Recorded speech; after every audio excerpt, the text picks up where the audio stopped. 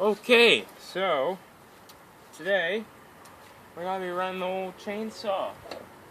Today we got the I don't know if you can see this. We got the old Stihl MS341. You can see that right there. I'm more of a Husqvarna fan myself, but occasionally I like to run the Stihl. They work good. Some people hate them, but some Stihl fans also hate Husqvarna. Anyways, it's good to have your guard, your chain arm guard. Good to keep your chain nice and sharp. Put that on. Anyways, yeah. You always want to make sure your chain's nice and sharp. I just sharpened her up with old file. Sharpened up with old file there. I don't use the machine grinders. I do it the old-fashioned way with the file. You want to make sure she's all lubed. Yes, of course. You want to make sure. Make sure you got lots of gas, your mixed gas in here. This chainsaw here, she runs on mixed gas, a mixture of gas, and it's a type of chainsaw engine oil. Not sure of the brand, but and then over here we got your oil. This lubes up your chain, make sure she's not season up. Make sure she's sliding nice and smooth. Yeah.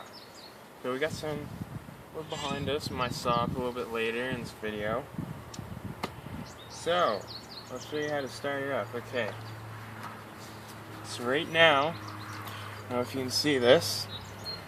Right now it's on off. I have already had this running just a little while ago.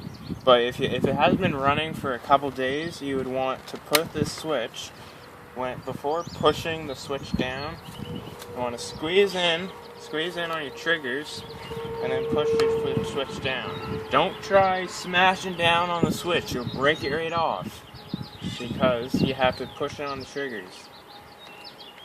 Anyways, so yeah, I've already had this running.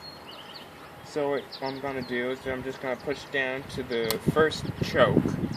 You put it on, every time you start it, you always want to have it on the choke. So, some people tend to like to start it like this.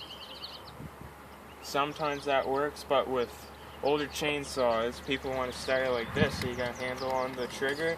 So once it starts up, you rev it right up. Anyways, so yeah, you put it down there. Start it up. See how it shot up like that? Anyways.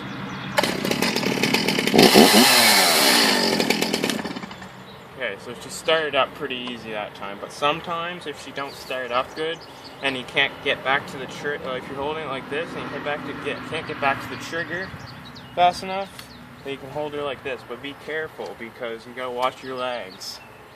But yeah, so the safest way to start it up, just like this right here.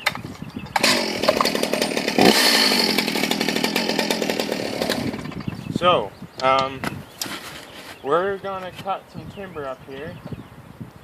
We don't got much to cut today. I was already cutting some up. Yeah, we'll give you a little snap video. How to cut up some timber.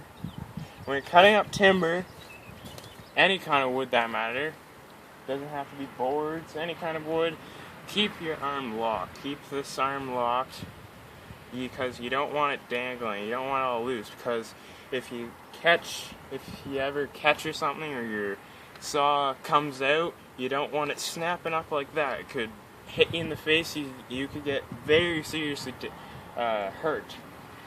Could be a trip to the hospital. You don't want to have your arm all dangled. This one, just kind of a guide. Your trigger finger. Yeah, I gotta. Yep. Anyways, so yeah, keep your arm nice and locked in. You want to keep your legs out of the way. So you want to be like, if you're cutting, you want to have a clear path of where you're cutting. If you are cutting through a tree, you keep clear of everything. Good method when you're cutting down a tree is start off, you take a notch out, so you go down through on an angle and then cut through and then take that notch out. Whichever way you took that wedge out, that should be the way that you want your tree to fall. And then you go to your other side, you come through and you cut the rest of the way. It should fall where you want it usually. Anyways, so yeah, we're gonna cut up some timber.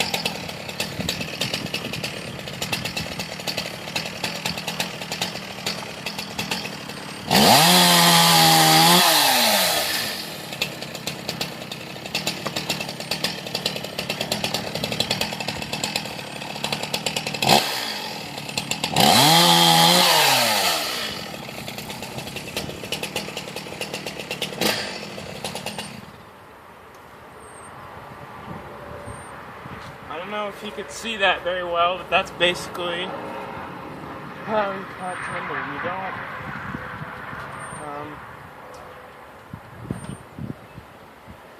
I don't know if there's anything I should be explaining, anything I did wrong.